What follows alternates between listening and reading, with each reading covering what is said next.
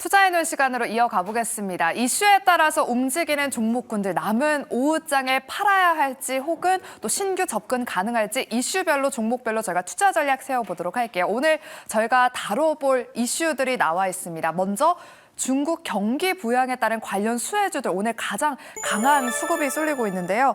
어제 중국이 통화정책 완화 패키지를 꺼내 들었습니다. 이제 시장에 유동성을 공급하겠다는 건데 은행 지준율을 인하하는 것을 비롯해서 정책 금리, 주택담보대출 금리까지 낮출 것을 시사했습니다. 이 영향에 어제장에서 구리, 철강, 화학 관련 종목들이 상승을 했고요. 오늘은 구리, 전선, 화장품 섹터가 움직이고 있습니다. 먼저 전선주들 흐름부터 살펴볼게요. 지금도 여전히 KBI 메탈, 가온전선, 대원전선 같은 이런 전선주들 강세를 이어가고 있습니다. 이청호 PB님, 우상향 흐름 좀 이어갈 수 있을까요? 시장이라든지 섹터 자체에 부정적인 영향을 미칠 만한 변수는 우선은 결코 아닙니다. 그래서 우리가 당연히 조금 좋게 봐도 괜찮지 않을까 그리 보여지고요. 중국의 부양책이라고 하는 것이 큰 틀에서 보면 결국에는 통화정책입니다.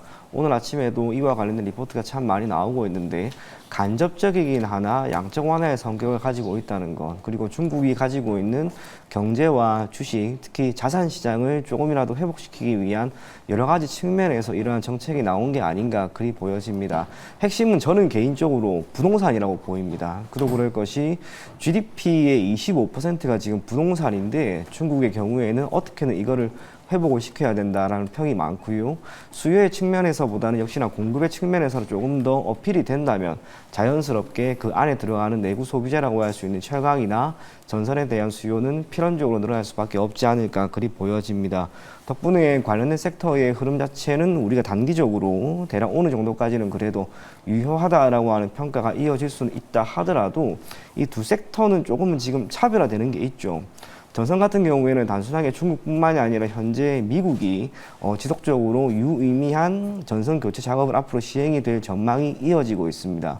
덕분에 모멘텀 자체가 유효하다고 평가는 보일 수 있으나 철강 같은 경우에는 여전히 구판이라든지 열연 강판, 냉연 가격이 계속해서 밀리는 추세죠. 그래서 일시적으로 우리가 접근해야 되지 않을까 그리 보여집니다. 전선은 조금은 강한 모멘텀으로 우리가 부각을 받을 수 있다 하더라도 철강은 조금은 단기적으로만 보자 그런 이야기 전해드리도록 하겠습니다. 네, 철강은 단기적인 시세에서 바라보고 또 전선은 이번 중국 경기 부양, 구리 가격 상승뿐만 아니라 지금 미국의 노후된 전력망 교체 이 모멘텀까지 있기 때문에 전선 쪽을 조금 더 유망하게 말씀을 해주셨습니다. 그리고 오늘 중국 경기 부양책의 또 다른 수혜주 화장품 섹터가 지금 강세를 이어가고 있습니다. 그중에서도 중국 사업 비중이 높았던 아모레퍼시픽 같은 종목들 그동안 화장품 주가가 올라도 그만큼 큰 상승 탄력을 받지 못했는데 현재도 12% 넘는 급등세를 이어가고 있습니다. 김태성 본부장님, 아모레퍼시픽이 이렇게 오후장에 윗골이 달지 않고 견고하게 버텨줄지는 예상을 조금 못했어요. 이런 화장품주들 어떤 투자 전략이 필요할지 그리고 이 외에 어떤 소비재 쪽을 보면 좋을지 말씀해 주실게요. 참 이 두 기업에게는 가뭄의 단비 같은 오늘의 뉴스가 아닌가라는 생각이 듭니다. 사실 이제 한편에서는 지준율과 금리를 모두 인하할 정도로 중국의 상황이 그렇게 좋지 않은가? 그러면 결국엔 소비에 대해서도 가장 먼저 아무래도 이제 줄어들 수 있는 게 의식주가 아닌가라는 고민을 좀 할 수는 있겠습니다만 결국 이제 부양책이라고 하는 어떤 테마 그리고 이제 기대감을 가지고 과거의 흐름을 놓고 보면 가장 먼저 움직였던 게 바로 이제 화장품이라든지 의류 이쪽이 아니었나라고 좀 보시면 될 것 같아요. 그러다 보니 최근에 화장품 다른 종목군들 같은 경우에는 인디 브랜드 혹은 미국과 어떤 유럽, 일본의 매출 영역을 가지고 있는 기업들은 굉장히 강한 모습을 보였지만 사실 이 두 기업만큼 속상한 기업은 저는 없었다 생각이 들어요. 그런데 이 두 기업도 어느 정도 일말에 이제 실적이 개선이 될 수 있다라는 어떤 희망이 생긴 그러한 상황이라서요. 바닥권에서 지금 저점 매수가 굉장히 강하게 들어왔다라고 좀 보여질 수가 있어서 이 흐름은 조금은 더 지속이 될 가능성이 높다라고 좀 말씀드려보도록 하겠고 이번 중국에서 나온 뉴스 중에 가장 중요한 부분은 뭐냐면 지준율과 금리 모두 인하 이것도 체크를 해야 되지만 재정 정책이 언제 언제 어느 시점에 얼마만큼 어느 분야로 이제 지원을 해주느냐 이 부분에 따라서 시세 연속성이 날 수 있는 섹터와 그러지 못할 섹터로 이제 나뉠 가능성이 높으니까요. 뉴스를 좀 민감하게 보시면서 체크를 하시는 게 맞지 않을까라는 의견 한번 드려보도록 하겠고, 일단 오늘의 힘은 화장품이 강합니다. 그런데 이제 화장품 못지않게 의류 쪽도 굉장히 좀 오랜만에 올라오고 있다. 뭐 FNF라든지 필라홀딩스와 같은 기업들도 정말 오랜만에 좋은 모습을 보이고 있으니 화장품만 국한해서 좀 보시기보다는 의류 쪽에서도 지금 현금 확보 많이 되어 있고 주주 환원 정책에 대한 기대감 가지고 있는 쪽 그래도 몇 기업 있으니까요. 이쪽에 대한 관심도도 한번 노려보실 게 맞지 않을까라는 의견 드리겠습니다. 네, 그러면 저희가 다음에 자료를 한번 보도록 할게요. 우리 김태성 본부장님이 넥스트로 의류 쪽을 꼽아주셨는데 의류 안에서 FNF도 있고요. 영원무역, 휠라홀딩스, 한세실업이 있습니다. 우리 본부장님한테 추가 질문 드릴게요. 네. 이 네 가지 기업 중에서 어떤 기업이 좀 가장 괜찮을까요? 일단은 실적을 보면 다들 형편없습니다. 네, 해당 기업들이 들으시면 기분 나쁘시겠지만 그냥 숫자 기준으로 보면 사실 이번 분기 실적을 기준으로 봤었을 때 실적이 좋다라고 말씀드릴 수 있는 기업은 없지만 그래도 지금은 비수기이나 한 분기가 지나면 성수기에 돌입이 되면서 추가적으로 상승에 혹은 기저효과를 통해서 주가의 반등을 보일 수 있는 기업이 저는 휠라홀딩스가 아닌가라는 생각이 들고 있고 또 일단 휠라홀딩스 같은 경우에는 이번 분기에 아쿠시넷을 통해서 4천억에 가까운 현금이 들어오죠. 그 현금을 가지고 과연 주주환원 정책을 얼마만큼 펼쳐줄지가 관건이겠으나 이 부분에 대해서 투자자분들 같은 경우에는 또 기대를 하면서 주가가 올라갈 가능성이 높기 때문에 저점에서 돌아 나오는 형태의 패턴을 선호하신다면 한세실업을 조금 체크를 하셔야 되겠지만 추세가 무너지지 않고 가는 기업이 더 간다라고 좀 보시는 분들 같은 경우에는 오히려 이런 휠라홀딩스가 굉장히 좋은 어떤 타이밍이 될 수 있지 않겠는가라는 의견을 한번 드려보도록 하겠습니다. 네, 의류주 안에서 휠라홀딩스 눈여겨보시길 바라겠고요. 우리 이청호 PB님한테도 질문 드릴게요.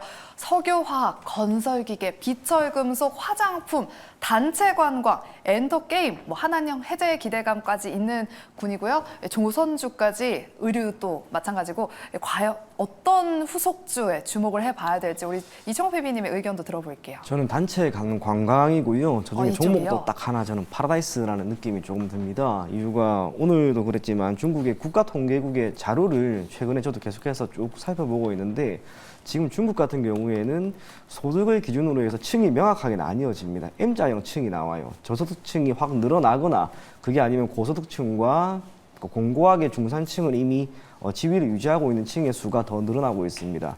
그러면 그들이 현재 시점에서 보이는 소비 패턴을 보게 되면 가장 많은 게 여행입니다. 두 번째가 디지털 기기라는 거. 디지털 기기 같은 경우에는 우리나라 거보다 자기네들 제품을 당연히 사용하지 않을까 그리 보여집니다만 여행 같은 경우에는 우리나라에 대한 관심이 크죠. 그렇다면 추후 소득이 지금처럼 꾸준히 늘어나고 있는 상황에서 혹시나 이번 통화 정책을 기반으로 해서 소비 심리가 시간을 두고 차츰 회복이 된다면 국내를 방문하고 있는 중국인 수는 자연스럽게 더 늘어날 것이다. 그리 보여집니다. 그래서 단체 관광 쪽으로 우리가 시간을 두고 조금 접근해보자. 그런 이야기 전해드리도록 하겠습니다. 중국 경기 부양책의 넥스트 수혜주로 파라다이스 눈여겨보시길 바랄게요. 최근에 외국인의 수급이 들어오고 있는데 오늘 또 대량 순매수세가 들어왔습니다. 참고해보시길 바라겠습니다. 그럼 두 번째 이슈, 자동차 섹터 이야기 나눠보도록 할게요. 오늘 인도 규제당국이 현대차 인도법인의 IPO를 승인했습니다. 이제 현대차의 인도 진출이 본격화됐는데 장 초반에 일부 부품점 화신과 SL 같은 종목들이 움직였는데 현재는 대부분 다 윗꼬리를 크게 달았습니다. 김태성 본부장님, 네, 그래도 인도 IPO가 본격 시작된다면 주가가 다시 한번 튀어오를 수 있을 것 같거든요. 오늘은 약간 시동을 건 것 같은데 어떤 쪽을 더 선호하실까요? 현대차 그룹 대형주를 보실까요? 아니면 부품주를 보실까요? 기업의 좋고 나쁘고를 따져서 말씀드리는 건 아니고요. 완성차도 좋고 부품사도 좋은데 이건 투자자분들의 성향에 따라서 나는 안정성을 조금 원하신다라고 하면 당연히 이 현대차라든지 기아를 투자를 하시는 게 맞을 것 같고요. 대신에 이제 수익률 게임을 조금은 이제 탄력적으로 원하시는 분들 같은 경우에는 부품사를 선택을 하셔야 되는데 부품사를 보실 때는 인도 관련해서는 이제 3대장이라고 보여지는 화신, 서현이와 SL 저는 이쪽에만 집중을 하시는 게 맞지 않을까라는 생각이 들고 있고 이들 같은 경우에는 인도에서 이제 이제 매출 비중이 굉장히 또 상당 부분 성장을 하고 있는 상황이기 때문에 오늘 갭상승 이후에 좀 밀린 부분이 다소 아쉬운 상황이긴 하나 이 뉴스는 올해뿐만이 아니라 당분간은 지속이 될 가능성이 높기에 저는 연속성을 좀 기대를 해보시면서 오늘의 가격적인 대밀림을 한번 이용해 보시는 것도 괜찮지 않나라는 의견. 부품사들 중에서는 아무래도 이제 화신이 인도에 대한 매출 비중이 가장 높다라고 좀 평가를 받고 있어서 저는 화신을 보는 것도 굉장히 긍정적이다라고 좀 말씀드릴 수 있을 것 같습니다. 네, 자동차 부품주 장중 눌림목 구간을 이용해 보시면 좋을 것 같고요. 인도향 비중이 높은 기업들 위주로 선별해서 보시면 좋을 것 같습니다. 네, 그리고 어제 현대차가 전기차 배터리를 자체적으로 생산하겠다는 포부를 밝혔습니다. 자료를 하나 보도록 할게요. 네, 전기차 배터리를 내재화하면 가격과 품질, 경쟁력이 높아질 것이라는 지금 전망이 나오고 있습니다. 2027년까지 전기차 10,000대 배터리 제조 설비를 구축하겠다라고 밝혔고 배터리 셀 업체 OEM 형태로 맡기는 방안도 검토 중이다라고 말을 했습니다. 그리고 무려 전력 반도체 자체 개발까지 추진하겠다. 정말 엄청난 목표를 밝힌 것 같은데 이청훈 PB님. 지금 일부 기업은 생산을 포기한 기업도 있어요. 포드나 벤츠, 스텔란티스 같은 기업들은 지금 배터리 내재화를 중도에 포기를 했거든요. 과연 현대차는 성공적으로 내재화를 할 수 있을지, 그리고 만약에 성공을 한다면 이게 국내 2차 전지주에는 어떤 영향을 미칠지 같이 말씀해 주실게요. 개인적으로 계속해서 투자를 이어나갈 것이고 결과는 시간이 지나야 우리가 알게 되겠지만은 아주 안 되는 산업에 대한 투자는 아닐 것이다. 그리 보여집니다. 우리나라의 배터리 셀 3사들 사실상 역량이 충분히 있고 이를 기반으로 협력을 기반으로 해서 생산을 해 나갈 것으로 평가를 받고 있기 때문에 시간이 지났을 때는 그래도 좋은 결과 한번 내심 기대해 보자 그런 이야기 전해드리겠고 최근에 미국의 테슬라라든지 중국의 비아디 그리고 GM, 토요타 전부 다 이러한 방식을 이제 이용해 나가고 있습니다. 이유는 하나밖에 없죠.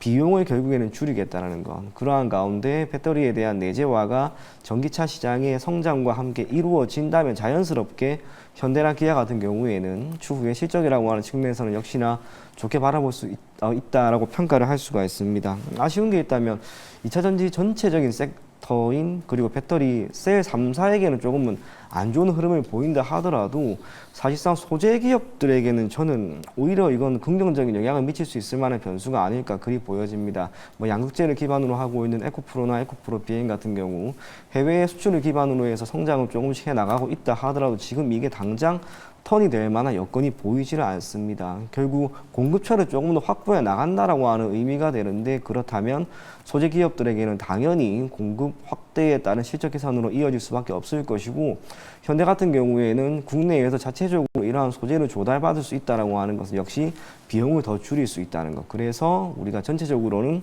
좋게 바라보자 그런 이야기 전해드리도록 하겠습니다.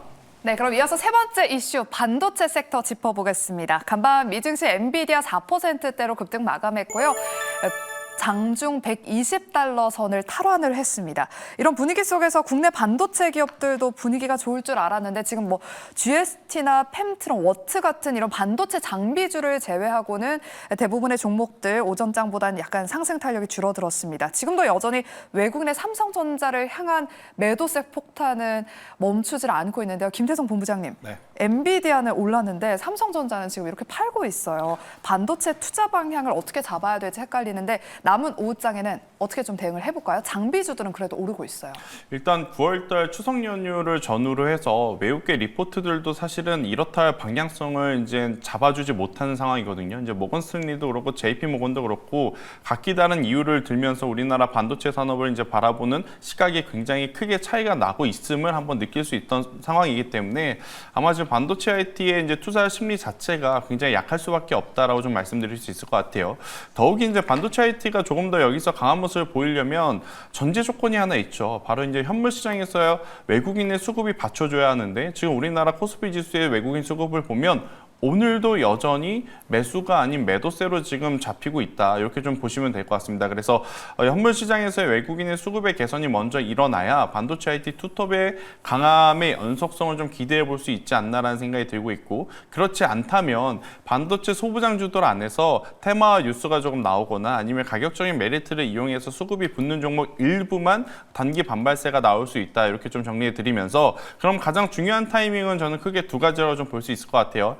일단 내일이죠. 마이크론의 실적 방향성 이후에 미국 증시 반도체 관련 기업들의 방향이 가장 중요할 것 같습니다. 이쪽이 만약 우상향으로 또다시 한번 좋은 힘을 보여준다면 그때는 SK하이닉스와 삼성전자도 혹은 반도체 소부장도 오늘 좀 대밀림 나온 것을 모두 회복할 수 있지 않을까라는 생각이 들고 있고, 여기에 이제 가장 중요한 포인트는 3분기 이들의 실적이 우리에게 명확하게 숫자로 보여주면 저는 된다라고 생각이 듭니다. 지금 반도체 IT의 가장 큰 문제는 인풋 대비 아웃풋이 약하다라는 건데, 만약 3분기 실적이 우리가 생각했던 것만큼 숫자가 잘 찍혀 나오면 이러한 불확실성들이 모두 해소가 될 수 있는 요소이기에 시간은 필요하고 숫자만 우리에게 보여준다면 반도체 IT는 여전히 가격에 대한 밸류 부담이 지금 적어진 상태이기 때문에 충분히 긍정적으로 봐도 괜찮지 않겠나라는 의견을 드려보도록 하겠습니다. 네, 우리 본부장님이 지금 마이크론 실적 발표를 언급해 주셨는데 내일 새벽에 이제 마이크론의 실적 발표가 예정되어 있습니다. 우리 이청호 PB님의 의견도 들어볼게요. 실적 발표 이후에 좀 본격적으로 반등을 할 수 있을까요? 저는 개인적으로 마이크론이 내일 실적이 잘 나오면 당연히 우리나라에 있는 기업들이 다 올라갈 겁니다. 그런데 그거 배제하더라도 지금 반도체 관련된 기업들이 지난주부터 조금씩 올라오는 게 눈에 명확하게 보입니다. 물론 삼성전자는 지금 그러진 않습니다. 하지만 SK하이닉스 같은 경우에는 저점 대비 지금 15% 정도 올라간 상황이고요. 기타 장비 기업들 뭐 소재 부품 할 것 없이 적지 않게 올라오는 모습을 보면서 이제는 반도체가 적어도 최근에 보였던 저점을 저는 깨진 않을 거라고 봅니다. SK하이닉스 같은 경우에는 15만 원을 당분간은 하회할 일은 없을 것이다라고 생각을 하고, 골드만삭스에서 오늘도 리포트가 한 게 나온 게 있었는데요. 핵심이 되는 것은 역시나 HBM. 지금 HBM의 공급 과잉에 대한 우려가 많이 있습니다만 골드만삭스 같은 경우에는 내년에 오히려 3% 수준의 수요가 더 공급보다는 수요가 더 많을 것이다라고 하는 평가가 나오고 있고, 2026년까지는 시장에서의 성장 잠재력은 계속해서 확대될 것이다라고 하는 전망을 내어두었습니다. 여기에서는 지금 삼성전자에 대해서 그리고 우리나라의 반도체에 대해서 안 좋은 이야기를 하더라도 다른 데서는 또 좋은 이야기가 많이 나오는 거죠. 투자자들의 냉철한 판단이 필요한데, 한 가지 확실한 것은 SK하이닉스와 삼성전자의 주가가 꽤나 많이 빠진 상태라는 거. 그 상황에서 바라본다면 저는 오히려 지금은 중기나 장기적인 관점에서는 좋게 봐야 된다. 그런 이야기 전해드리도록 하겠습니다. 네, 내일 마이크론의 실적 발표가 어떻게 나오는지를 잘 지켜봐야 될 것 같습니다. 그럼 마지막으로 밸류업 관련 종목들 투자 전략 세워보도록 할게요. 코리아 밸류업 지수가 어제 오후에 공개가 됐습니다. 무려 100개 기업이 들어가면서 투자자분들이 내가 투자한 종목이 여기에 들어갔을까 많이들 찾아보셨을 것 같은데, 그중에서 눈에 띄었던 게 금융주, 그중에서 KB금융과 하나금융지주 같은 은행주가 빠졌습니다. 그래서 오늘 KB금융 지금 한 4% 가깝게 하락세를 보이고 있는데요. 이청호 PB님, 네.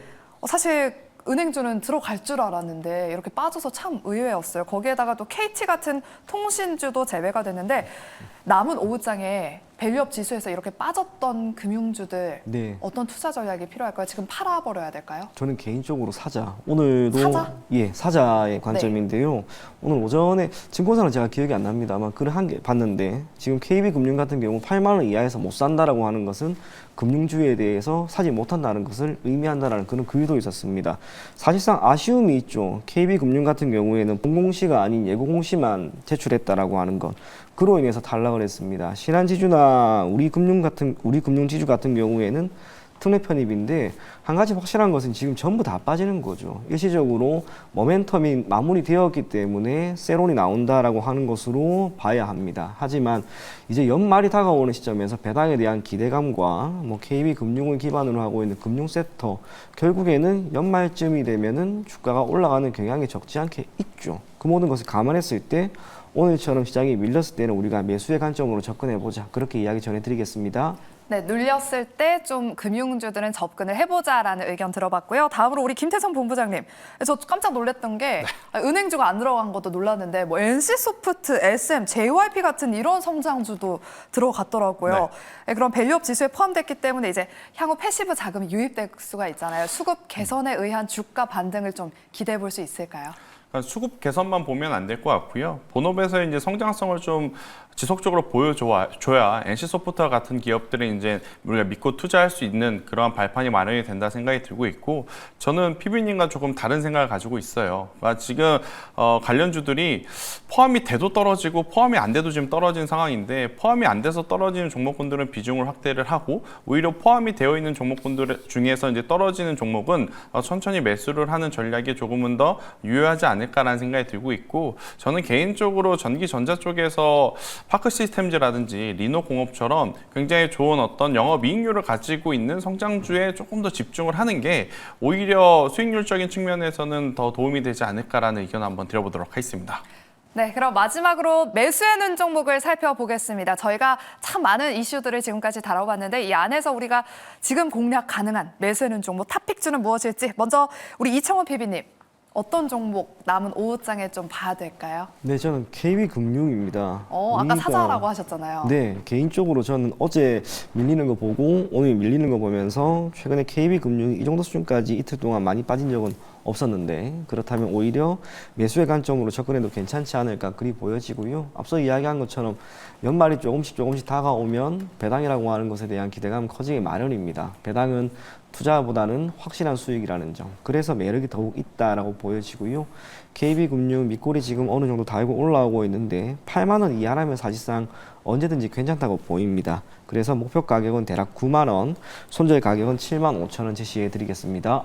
네, KB금융 8만 원 아랫단에서는 충분히 공략 가능하다라는 의견으로 KB금융 오늘의 매수해놓은 종목으로 살펴봤고요. 네, 그럼 이어서 우리 김태성 본부장님의 오늘 탑픽주 어떤 종목 준비해 오셨을까요? 일단 저는 화신을 한번 보는 것도 괜찮지 않겠는가 싶어요. 일단 우리가 화신을 바라볼 때 인도 쪽에 대한 부분만 체크를 하지만, 사실 국내에서도 이제 올해 7월 달에 공장 증설을 한 게 마무리가 되었고, 여기서 이제 뭐 제네시스라든지 아니면 현대차 다수 이제 모델에 EV 부품들이 지금 납품이 되고 있음을 확인을 하고 있는 상황이기 때문에, 저는 인도 여기 이제 국내 시장에서도 또 성과가 좀 나오고 있는 상황에서의 지금의 가격은 충분히 접근 가능하지 않을까라는 생각이 들어서요. 현재 구간에서 8,500원이라는 가격대 밑으로만 내려오지 않는다라고 하면 1차적으로는 11,000원, 11,000원이라는 가격대가 돌파하게 된다면 최종적으로는 13,000원이라는 가격대의 상승까지는 기대해 볼 필요는 있다라는 의견을 한번 드려보도록 하겠습니다. 네, 그럼 오늘 매수해놓은 종목을 한번 정리해 보겠습니다. 우리 김태성 본부장은 아까 자동차 부품주들 지금 남은 오후장의 눌림목 구간을 이용해서 충분히 공략 가능하다라고 말씀을 해주셨는데요. 화신, 인도향 비중이 높은 기업입니다. 목표가 13,000원, 손절가 8,500원으로 대응해 보시고요. 이어서 이청훈 PB는 KB금융, 지금 밸류업 탈락의 급락세를 맞고 있지만 지금이 기회다. 8만 원 아랫단에서는 충분히 연말 배당금을 노리고 공략 가능하다라는 투자 전략과 함께 목표가 9만 원, 손절가 7만 5천 원으로 제시해 주셨습니다. 남은 오후장의 화신과 KB금융 눈여겨보시길 바라겠고요. 네, 이렇게 저희가 준비한 순서는 여기까지입니다. 아쉽게 코스피 지수 지금 약보합권에서 움직이고 있고요. 코스닥 지수도 지금 상승 탄력이 다소 둔화됐습니다. 아쉽지만 그래도 내일 새벽에 깜짝 마이크론 실적 발표 어닝 서프라이즈를 한번 기대해보면서 저희는 내일 이 시간에 다시 돌아오도록 할게요. 남은 오후장에서도 매일경제TV와 함께 하시면서 성공 투자하시길 바라겠습니다. 함께해 주신 여러분 고맙습니다.